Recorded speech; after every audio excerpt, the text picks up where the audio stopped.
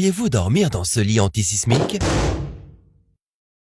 Il détecte les tremblements de terre et vous fait descendre dans une chambre métallique sécurisée. Oui, je sais, ça peut sembler ridicule. Mais à situation désespérée, mesure désespérée. Nous sommes sur le point de vivre le plus puissant tremblement de terre de l'histoire. D'une magnitude de 20. Quels dégâts cela causera-t-il? Est-ce qu'il briserait notre planète en morceaux? Et qu'est-ce qui pourrait causer un tel tremblement de terre? Voici et si, et nous nous demandons ce qui se passerait si un tremblement de terre de magnitude 20 se produisait. Pour comprendre l'ampleur d'un séisme de magnitude 20, jetons un œil à l'échelle de Richter. C'est une échelle logarithmique qui évalue la quantité d'énergie libérée par un séisme. Que signifie logarithmique?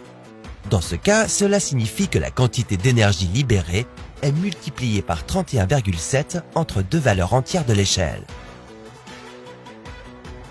Par exemple, un séisme de 2 est 32 fois plus énergétique qu'un séisme de 1. Et un tremblement de terre de 3 est 1000 fois plus puissant qu'un événement de 1. Le plus grand tremblement de terre jamais enregistré, d'une magnitude de 9,5, a causé environ 5 milliards de dollars de dégâts.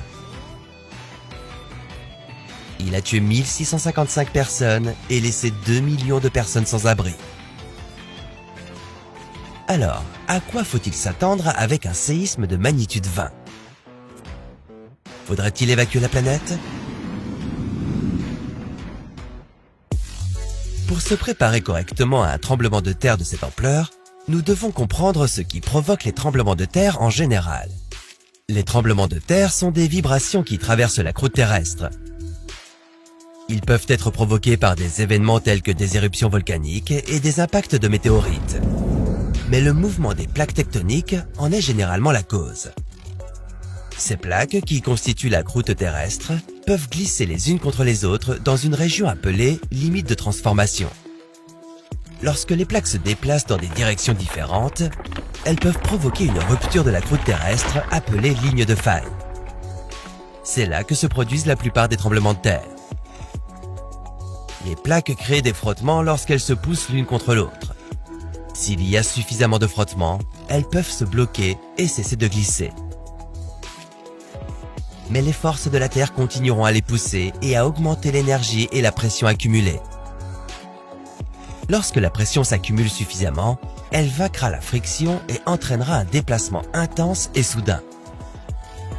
Cela provoque la vibration que nous connaissons sous le nom de tremblement de terre. Et plus la ligne de faille est longue, plus le tremblement de terre est massif. Alors, quelle longueur de faille faudrait-il pour produire un séisme de magnitude 20? Eh bien, disons-le ainsi. Pour produire un séisme de magnitude 10,5, il faudrait une ligne de faille d'environ 80 000 km. Et comme la circonférence de la Terre n'est que de 40 000 km environ, c'est très peu probable.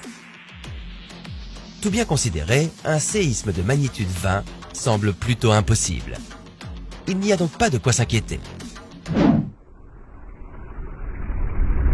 Oh, oui, sauf pour ça. Un autre événement pourrait provoquer un tremblement de terre de magnitude 20. L'impact massif d'un astéroïde. Un séisme de cette ampleur durerait plus longtemps que tous les autres séismes que nous avons connus. Vous ressentirez la secousse pendant au moins 5 minutes, et les répliques se poursuivraient pendant des heures. Des tsunamis et des éruptions volcaniques se produiraient. D'autres séismes seraient probablement déclenchés et le monde entier s'effondrerait, littéralement. Pour que la puissance de ce séisme détruise la planète, faudrait qu'il surmonte ce que l'on appelle l'énergie de liaison gravitationnelle, qui décrit la valeur minimale dont un objet sphérique et uniforme a besoin pour rester uni sous l'influence de la gravité. Nous n'entrerons pas dans les valeurs spécifiques ici, car nous ne voulons pas compliquer les choses. En bref, nous sommes foutus. Un séisme de magnitude 20 produirait plus qu'assez d'énergie pour surmonter l'énergie de liaison gravitationnelle et détruire notre planète. Mais la bonne nouvelle est que nous verrions probablement l'astéroïde massif arriver. Et nous aurions le temps de nous préparer aux conséquences. Aurions-nous assez de temps pour quitter la planète avant qu'elle n'explose? Eh bien ça, c'est une histoire pour un autre. Et si